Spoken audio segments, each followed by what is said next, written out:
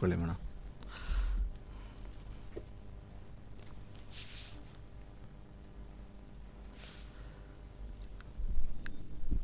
ಇನ್ನೊಂದು ಹಳೆಯ ಕತೆ. ಪರಾಶರ ಭಟ್ಟರ ತಂದೆಯವರು ಕಾಂಚೀಪುರದ ಭಾಗವತ ಮಂಡಳಿಯಲ್ಲಿ ಪ್ರಸಿದ್ಧರಾಗಿದ್ದರು. ಕೆಲವು ಕಾಲದ ಮೇಲೆ ಶ್ರೀರಂಗಕ್ಕೆ ಬಂದು ನಿಂತರು.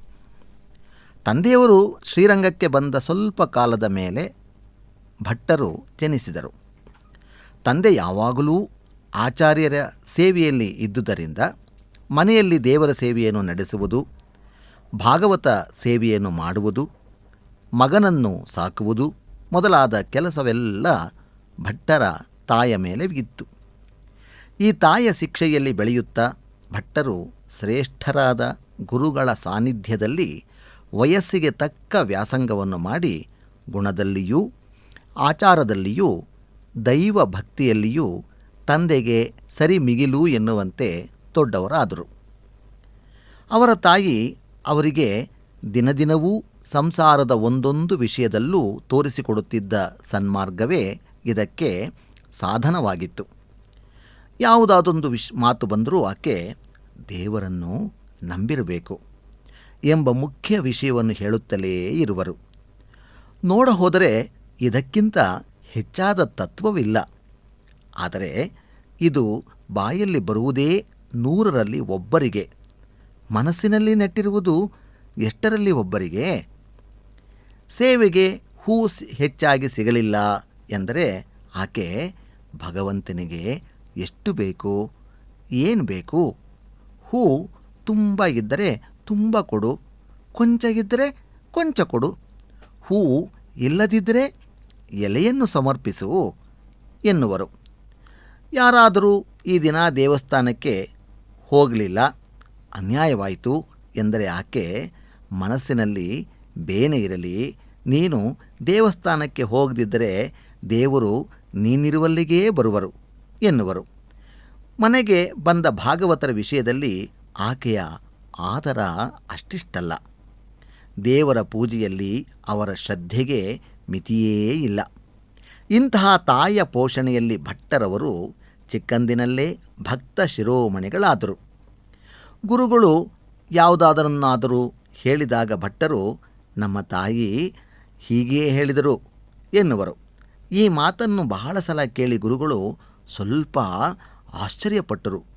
ಒಂದು ಸಲ ಭಟ್ಟರ ತಾಯಿಯನ್ನು ಕಂಡಾಗ, ನಿಮ್ಮ ಹುಡುಗ ಬಹಳ ಸೂಟಿ, ಅವನಿಗೆ ನಾನು ಅಷ್ಟೇನನ್ನೂ ಹೇಳಿಕೊಡಬೇಕಾದದ್ದಿಲ್ಲ, ಅನೇಕ ವಿಷಯಗಳನ್ನು ನಿಮ್ಮಿಂದ ತಿಳಿದುಕೊಂಡಿದ್ದಾನೆ ಎಂಬಂತೆ ಕಾಣುತ್ತದೆ ಎಂದರು. ಆಕೆ ಹಿರಿಯರನ್ನು ಕಂಡರೆ ಭಕ್ತಿಯಿಂದ ನಡೆದುಕೋ ಎನ್ನುವಷ್ಟನ್ನು ನಾನು ಹೇಳಿಕೊಟ್ಟಿದ್ದೇನೆ, ಮಿಕ್ಕ ಎಲ್ಲವನ್ನೂ ಅವನು ನಿಮ್ಮಂಥವರಿಂದ ಕಲಿಯುವನು ಎಂದರು. ಗುರುಗಳು ನಾನು ಗೀತೆಯನ್ನು ಹೇಳುವಾಗ ಅದರ ಮಾತುಗಳನ್ನು ತಮ್ಮಿಂದ ಹಿಂದೆ ಕೇಳಿದ್ದಾಗಿ ಹೇಳಿದನೋ, ತಮಗೆ ಗೀತೆ ಅಷ್ಟು ಚೆನ್ನಾಗಿ ತಿಳಿದದ್ದು ಹೇಗೆ ಎಂದರು. ಆಕೆ ನಮ್ಮ ತಂದೆಯವರು ಶಾಸ್ತ್ರವನ್ನು ವಿಶೇಷವಾಗಿ ನೋಡುತ್ತಿದ್ದರು. ಅದು ಅವರ ಶಿಷ್ಯರಿಗೆ ಪಾಠ ಹೇಳುವಾಗ ನಾನು ಹುಡುಗಿ ಹತ್ತಿರ ಕುಳಿತು ಸುಮ್ಮನೆ ಕೇಳುತ್ತಿರುತ್ತಿದ್ದೆನು. ಆಗ ಕೇಳಿದ್ದು ನನಗೆ ಸ್ವಲ್ಪ ಜ್ಞಾಪಕವಿದೆ ಎಂದರು. ವಿಷಯವೂ ಅಷ್ಟೇ, ಆಕೆಗೆ ಓದು ಬರಹ ಬಾರದು. ಆದರೇನು, ಒಂದು ಜ್ಞಾನ ಸಂಪಾದನೆಗೆ ಒಂದು ಸಾಧನವಲ್ಲದೆ ತಾನೇ ಜ್ಞಾನವಲ್ಲ. ಓದು ಕಲಿಯಲಾಗದ ಜ್ಞಾನವೊಂದು ಸತ್ಸಂಗದಿಂದ ಪ್ರಯತ್ನವಿಲ್ಲದೆ ಬಂದು ಬಿಡುವುದು. ತನ್ನ ಯಜಮಾನರ ವಿಷಯವಾದ ಕಥೆಗಳನ್ನು ಹೇಳುತ್ತಲೂ ಆಕೆ ಮಗನ ಬುದ್ಧಿಯನ್ನು ತಿದ್ದಿದರು. ಶ್ರೀರಂಗಕ್ಕೆ ಬರುವಾಗ ಭಟ್ಟರ ತಂದೆಯವರು ಅಲ್ಲಿ ಇದ್ದ ಆಸ್ತಿಯನ್ನೆಲ್ಲ ತ್ಯಾಗ ಮಾಡಿ ಬರಿಯ ಕೈಯಲ್ಲಿ ಹೊರಟು ಬಿಟ್ಟರು. ಅವರ ಪತ್ನಿ ಎಲ್ಲವನ್ನೂ ಬಿಟ್ಟು ಹೋಗಬೇಕಲ್ಲ ಎಂದು ಸ್ವಲ್ಪ ವ್ಯಥೆಪಟ್ಟರಾದರೂ ವಿಶೇಷ ಅದಕ್ಕೆ ಚಿಂತೆ ಮಾಡಲಿಲ್ಲ. ಆದರೆ ದಾರಿಯಲ್ಲಿ ಯಜಮಾನರಿಗೆ ದಾಹವಾದರೆ ಅಥವಾ ಶ್ರೀರಂಗಕ್ಕೆ ಹೋದ ಮೇಲೆ ಅವರಿಗೆ ದಿನದ ಉಪಯೋಗಕ್ಕಾಗಿ ಇರಲೆಂದು ಮಡಲಲ್ಲಿ ಒಂದು ಬೆಳ್ಳಿಯ ಬಟ್ಟಲನ್ನು ಇರಿಸಿಕೊಂಡರಂತೆ. ಅರ್ಧ ದಾರಿಯಲ್ಲಿ ಒಂದು ಕಾಡು, ಯಜಮಾನರು ಮುಂದೆ ಹಿಂದೆ ಈಕೆ ನಡೆದು ಹೋಗುತ್ತಿದ್ದಾರೆ. ಕಾಡಿನಲ್ಲಿ ಒಂದು ಕಡೆ ಈಕೆ ಯಜಮಾನರನ್ನು ಕುರಿತು ನನಗೆ ಸ್ವಲ್ಪ ಹೆದರಿಕೆಯಾಗುತ್ತದೆ ಎಂದರಂತೆ. ಅದಕ್ಕೆ ಅವರು, ನಮಗೇನು ಹೆದರಿಕೆ, ಬಾ ಎಂದರು.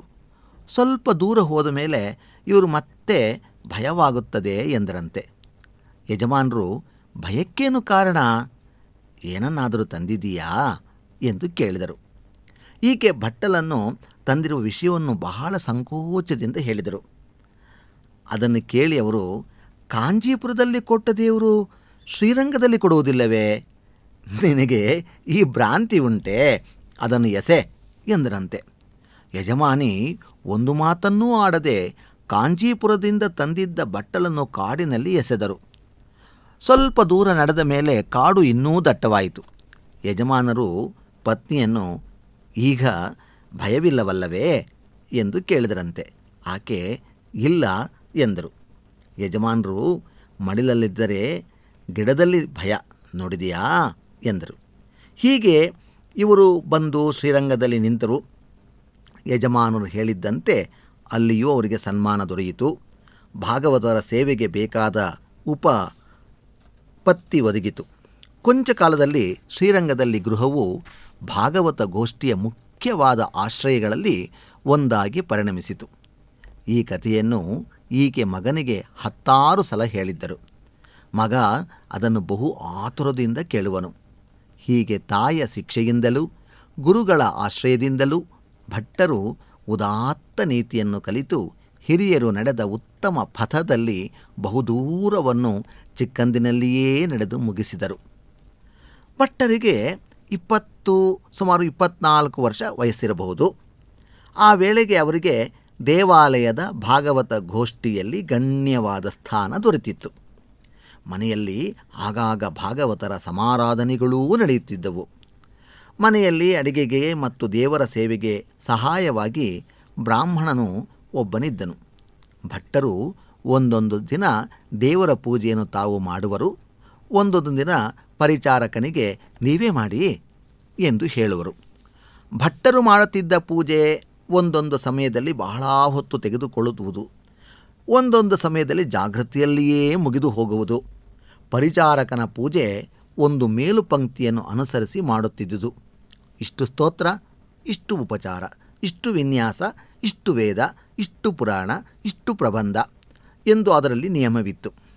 ಅವಸರವಾದ ದಿನ ಕೆಲವು ಭಾಗವನ್ನು ಬಿಡುವುದಕ್ಕೂ, ಹೊತ್ತು ಇದ್ದಲ್ಲಿ ಇನ್ನಷ್ಟು ಭಾಗವನ್ನು ಸೇರಿಸಿಕೊಳ್ಳುವುದಕ್ಕೂ ಅದರಲ್ಲಿ ಅವಕಾಶ ಉಂಟು. ಪರಿಚಾರಕನು ಪೂಜೆ ಮಾಡಿದಾಗ ಯಾವಾಗಲಾದರೂ ಭಟ್ಟರು, ಪೂಜೆ ಇಷ್ಟು ಬೇಗ ಮುಗಿಯಿತೆ ಎನ್ನುವರು. ಪರಿಚಾರಕನು ಈ ಮಾತನ್ನು ಕೇಳಿದಾಗ ಯಾಕೆ ಹೀಗೆ ಕೇಳುವರು ಎಂದುಕೊಳ್ಳುತ್ತಿದ್ದನು. ಆಮೇಲೆ, ಇದೇನು ಇವರು ಪೂಜೆ ಮಾಡಿದರೆ ಅರ್ಧ ಗಳಿಗೆಯಲ್ಲಿ ಮುಗಿಸುತ್ತಾರೆ, ನನ್ನ ಪೂಜೆ 2 ಗಳಿಗೆ ಹೊತ್ತಾದರೂ ಇಷ್ಟು ಬೇಗ ಮುಗಿಯಿತೆ ಎನ್ನುತ್ತಾರೆ ಎಂದು ಯೋಚಿಸಿದನು. ಅನೇಕ ಸಲ ಭಟ್ಟರು ಎಲ್ಲಿಯಾದರೂ ಹೋಗಿದ್ದು ಮನೆಗೆ ಬರುವುದು ಸಾವಕಾಶವಾದರೆ ತಾಯಿ ಬಂದು, ಬಹಳ ಹೊತ್ತಾಯಿತಲ್ಲ ಎಂದು ಹೇಳುವರು. ದೇವರ ಪೂಜೆ ಆಯಿತೆ? ಇಲ್ಲ, ಬ್ರಾಹ್ಮಣ ಇನ್ನೂ ಒಳಗೆ ಕೆಲಸದಲ್ಲೇ ಇದ್ದಾರೆ, ಅವರು ಆ ಕೆಲಸ ಮುಗಿಸಿ ದೇವರ ಪೂಜೆ ಮಾಡುವುದು ಎಂದರೆ ಹೊತ್ತಾಗುತ್ತೆ.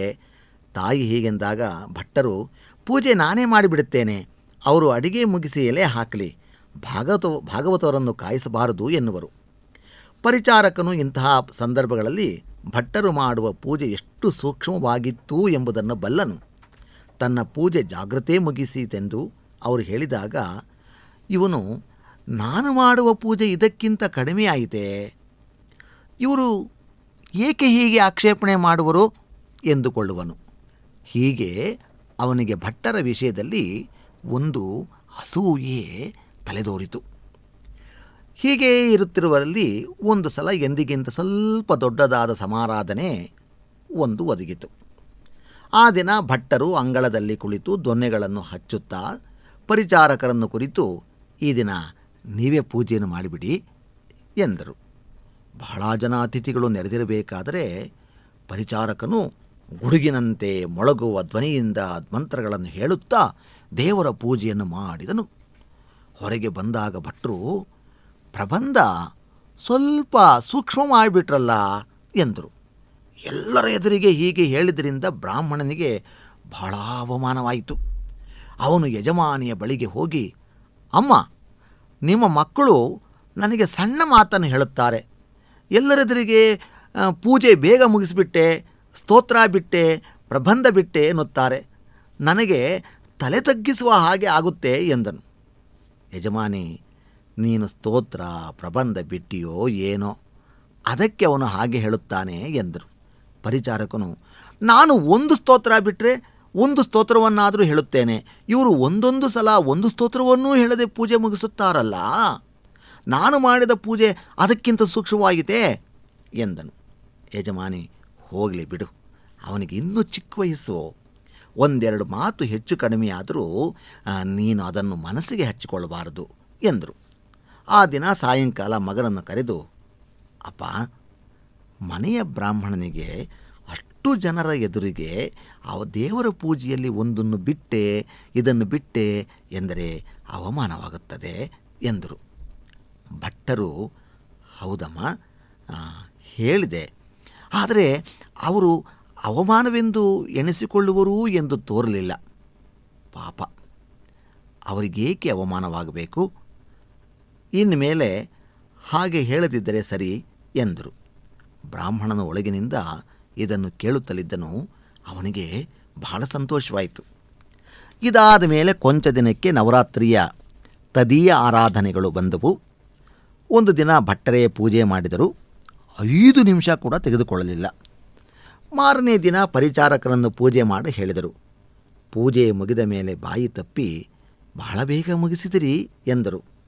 ಪರಿಚಾರಕನು ಯಜಮಾನಿಯ ಬಳಿಗೆ ಹೋಗಿ, ತಿರುಗಿ ಆರಂಭವಾಯಿತು ತಾಯಿ, ನಿನ್ನೆ ಇವರು 5 ನಿಮಿಷದಲ್ಲಿ ಪೂಜೆ ಮುಗಿಸಿದರು, ಈ ದಿನ ನಾನು ಅರ್ಧ ಗಂಟೆಯ ಹೊತ್ತು ಮಾಡಿದ ಪೂಜೆ ಸಾಲದು ಎನ್ನುತ್ತಾರೆ ಎಂದನು.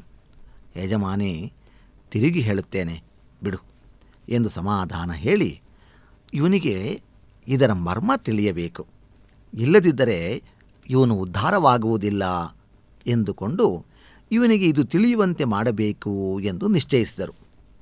ಆ ದಿನ ಗೋಷ್ಠಿಯೆಲ್ಲ ಕುಳಿತ ಮೇಲೆ ಒಂದು ಕಡೆ ಭಟ್ಟರು ಊಟಕ್ಕೆ ಕುಳಿತರು. ಅವರ ಪಕ್ಕದಲ್ಲಿ ಒಂದು ಎಲೆಯನ್ನು ಹಾಕಿ ಯಜಮಾನಿ ಬ್ರಾಹ್ಮಣನನ್ನು ಕರೆದು, ಅಪ್ಪ, ಇಂದು ಅಷ್ಟೇನು ಜನವಿಲ್ಲ, ನೀನು ಕುಳಿತುಕೋ, ಮನೆಯವರು ಬಡಿಸುತ್ತೇವೆ ಎಂದರು. ಪರಿಚಾರಕನು ಕುಳಿತುಕೊಂಡನು. ಯಜಮಾನಿ ಪಂಕ್ತಿಗೆ ತುಪ್ಪ ಬಡಿಸುತ್ತಾ ಬಂದು ಪರಿಚಾರಕನ ಮತ್ತು ಮಗನ ಎಲೆಗೆ ಬಡಿಸುವ ಮುಂದು ಅದು ಮುಗಿದು ಹೋಯದಂತೆ ಮಾಡಿ ಪರಿಚಾರಕನನ್ನು ಕರೆದು ಕುರಿತು, ತುಪ್ಪ ನೀನು ಸಾಕಾದಷ್ಟು ತೆಗೆದಿಡಲಿಲ್ಲ, ಆಗಿ ಹೋಯಿತು, ತರುತ್ತೇನೆ ಎಂದು ಹೇಳಿ ಒಳಗೆ ಹೋದರು. ಒಂದು ಕ್ಷಣ ಬಿಟ್ಟುಕೊಂಡು ಬಂದು ಅವನಿಗೂ ಮಗನಿಗೂ ಒಂದೇ ಪಾತ್ರೆಯಿಂದ ಬಡಿಸಿದರು. ಪರಿಚಾರಕನಿಗೆ ಕೊಂಚ ಬಿತ್ತು, ಮಗನ ಎಲೆಯಲ್ಲಿ ಹೆಚ್ಚಾಗಿ ಬಿತ್ತು.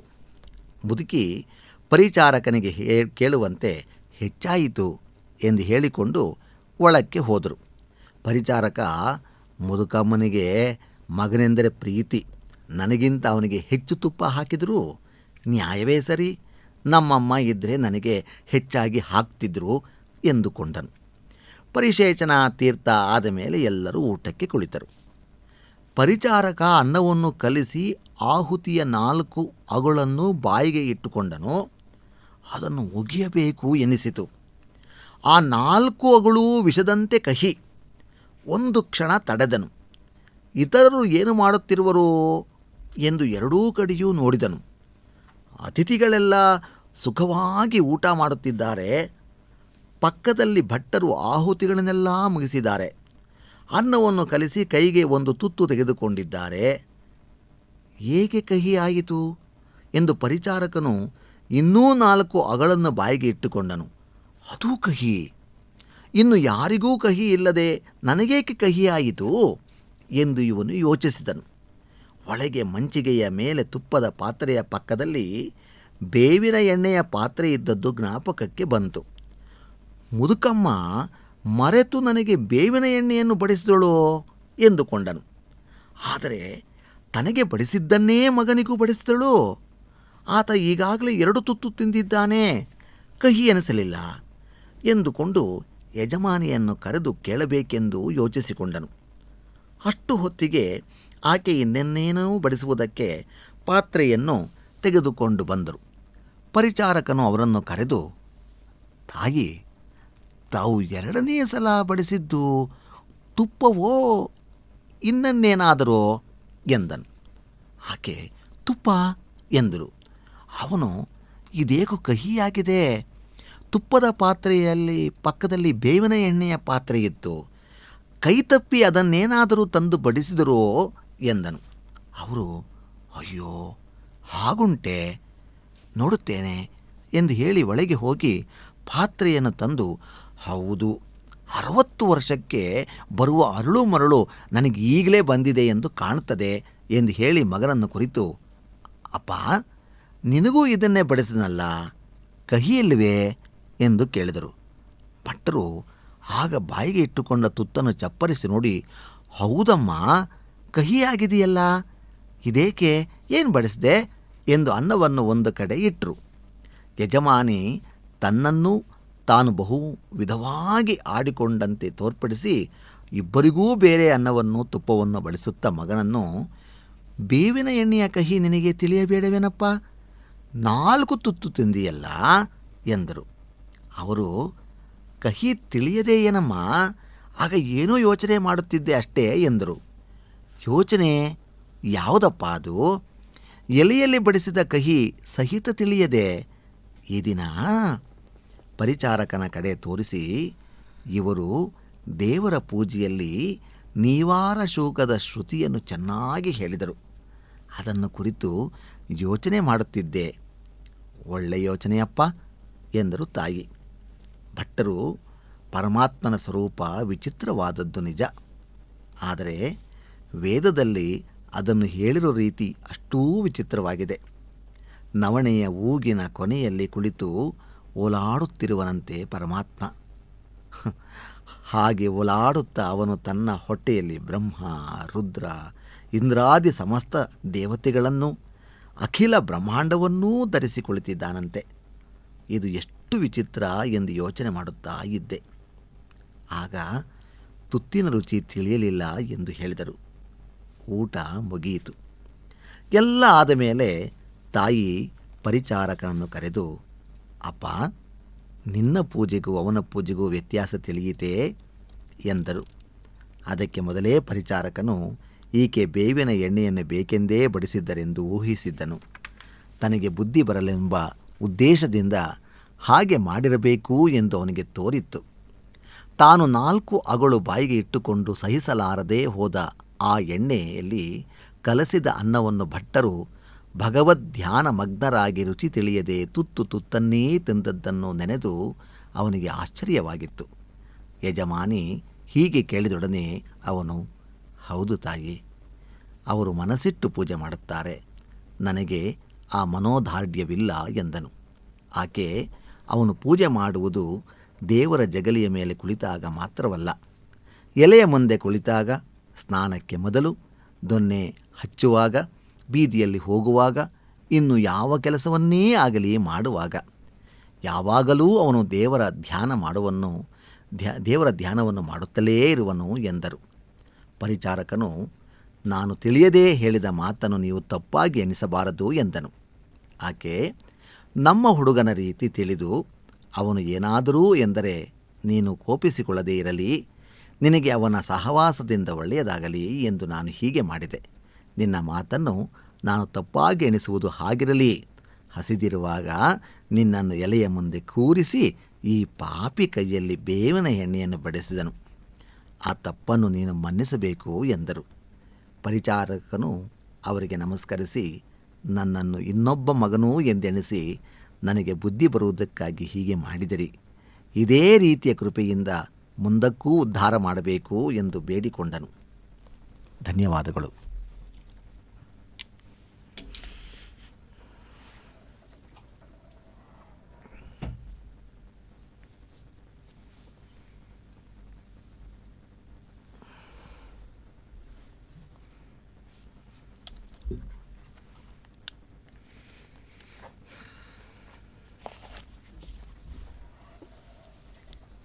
ಎಷ್ಟು ನಿಮಿಷ ಆಯಿತು?